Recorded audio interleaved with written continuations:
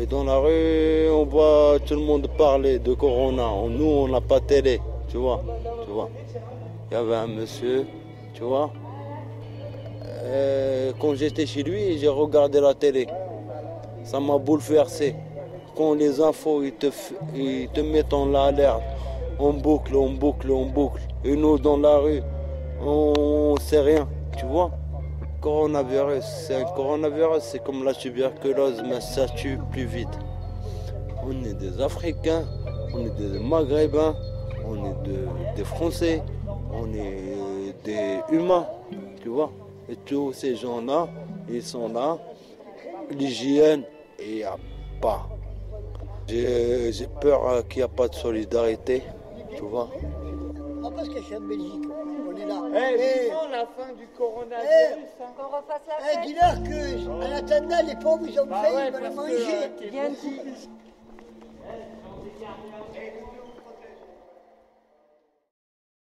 Vous avez tous des masques. Personne n'est venu me voir. Personne. Il y a juste la police municipale qui vient me demander si j'ai besoin du 115, c'est tout.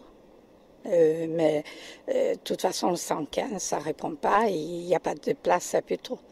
Parce qu'ici, on ne veut pas de gueux. Des misérables, des gens qui n'ont pas d'argent. On ne me dit pas, mais on fait comprendre. J'ai passé 2 hivers dehors. C'est pas rien. Mais quand on travaille depuis 56 ans en France, tous les jours, même le samedi, je pense que je méritais mieux ma retraite que de ce que j'ai. Alors je ne sais pas pourquoi je ne mérite pas d'avoir un appartement à Puteaux. Depuis 16 ans que je fais une demande. 16 ans. Et sans réponse de Madame le maire. Ça, c'est votre voiture ? Non, c'est ma maison. Je vais dans mon parking, là, où je dors 4 fois par semaine.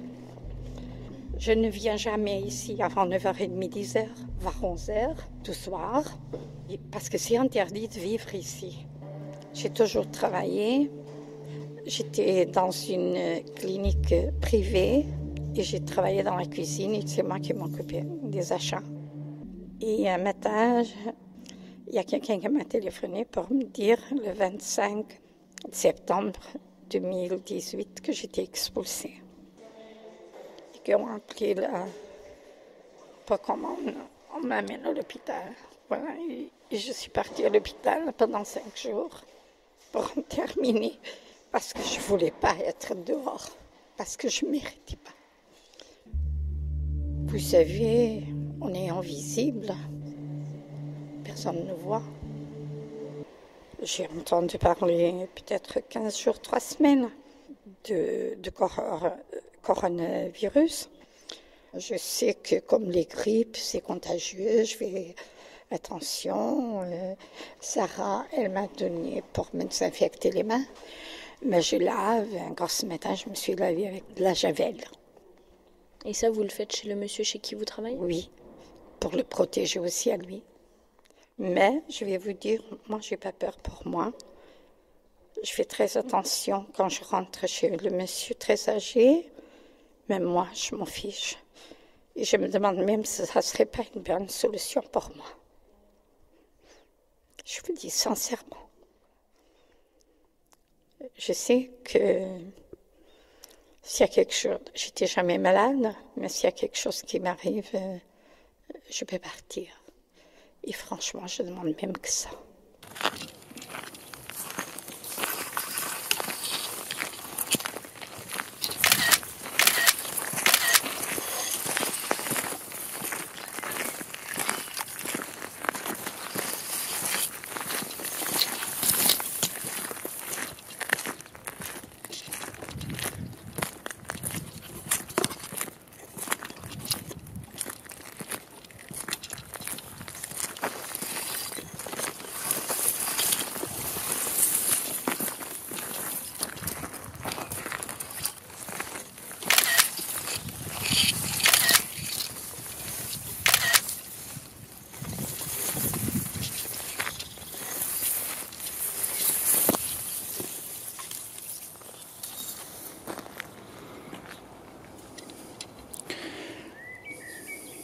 Je suis Vincent Fournier, j'ai 30 ans, je suis livreur Deliveroo depuis janvier 2019.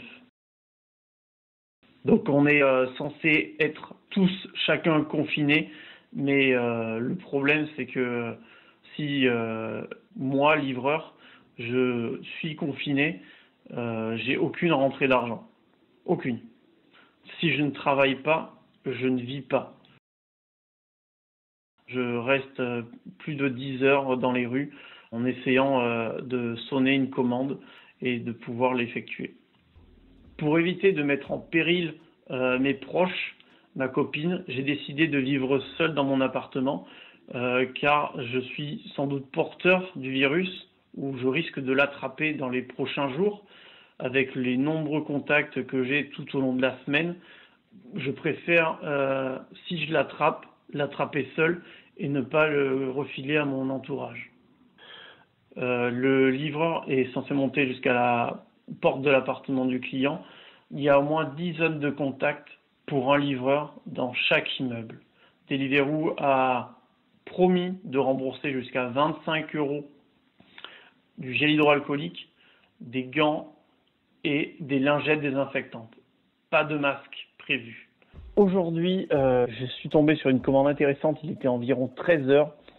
Donc il y avait 12 pizzas et je crois 12 boissons.